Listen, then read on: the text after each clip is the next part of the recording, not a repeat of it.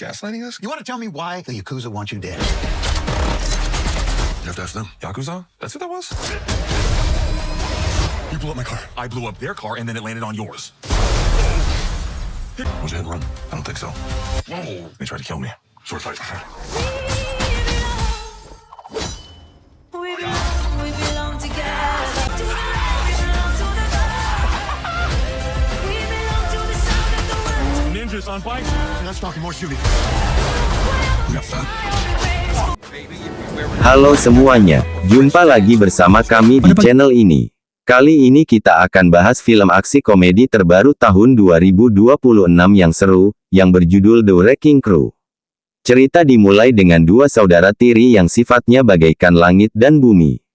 Yang pertama adalah Jake, diperankan Dave Bautista. Ia seorang detektif polisi yang sangat disiplin, patuh aturan, serius, dan suka merencanakan segalanya sampai detil terkecil.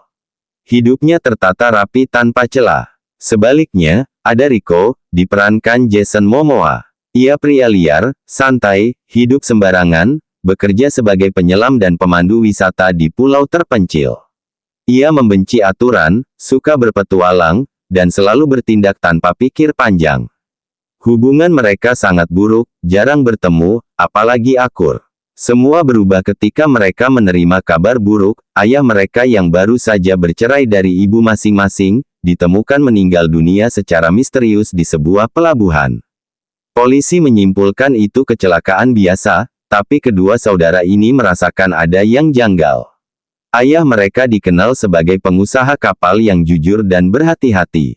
Mereka pun memutuskan untuk pulang ke Hawaii dan menyelidiki sendiri kematian ayahnya. Begitu tiba di rumah peninggalan ayah, perselisihan langsung terjadi. Jake ingin mengikuti prosedur, memeriksa dokumen resmi, dan bertanya kepada saksi dengan sopan. Sementara Rico lebih suka menerobos masuk, mengintai diam-diam, dan menggunakan koneksi jalanannya. Perbedaan cara ini justru melahirkan momen-momen kocak. Ada adegan di mana Jake berusaha tenang saat Rico malah membuat keributan, atau sebaliknya, Rico yang santai dibuat panik oleh ketelitian Jake. Perlahan, mereka menemukan petunjuk. Ternyata ayah mereka sedang menolak menjual lahan pelabuhan miliknya kepada sebuah perusahaan raksasa bernama Hawk Group. Perusahaan ini dikenal sering menggunakan cara kasar untuk menguasai aset orang lain.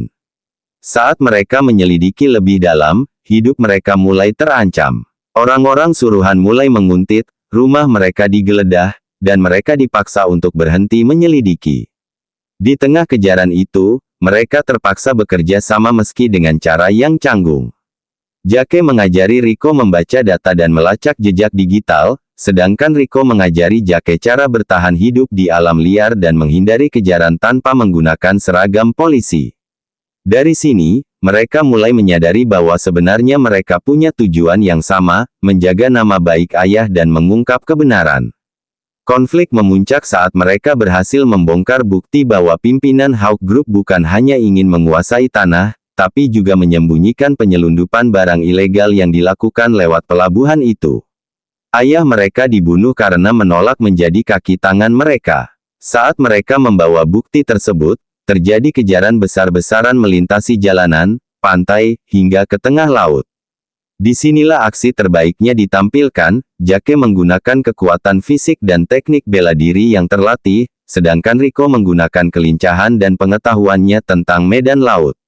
Momen paling kocak terjadi saat mereka harus menyamar sebagai awak kapal. Jake yang kaku terlihat canggung memakai seragam santai, sedangkan Rico yang terbiasa malah menjadi pemimpin dadakan dan membuat situasi jadi kacau tapi tetap berhasil lolos. Bahkan saat bertarung, mereka sering bertabrakan karena belum terbiasa bekerja sama, tapi justru kekacauan itu yang membuat mereka mengalahkan musuh. Di pertarungan terakhir, mereka berhasil menjebak bos besar dan seluruh anak buahnya di atas kapal. Dengan kerjasama yang akhirnya terjalin, mereka mengamankan kapal, membuktikan semua kejahatan, dan menyerahkan pelakunya ke pihak berwajib lengkap dengan bukti yang kuat. Setelah kebenaran terungkap dan nama ayah mereka dibersihkan, hubungan kedua saudara ini berubah total. Mereka tidak lagi bermusuhan, malah saling melengkapi kelebihan dan kekurangan masing-masing. Di akhir cerita, mereka tidak memutuskan untuk tinggal bersama, tapi setuju untuk saling mengunjungi dan bekerja sama jika ada masalah lagi. Dan film pun berakhir.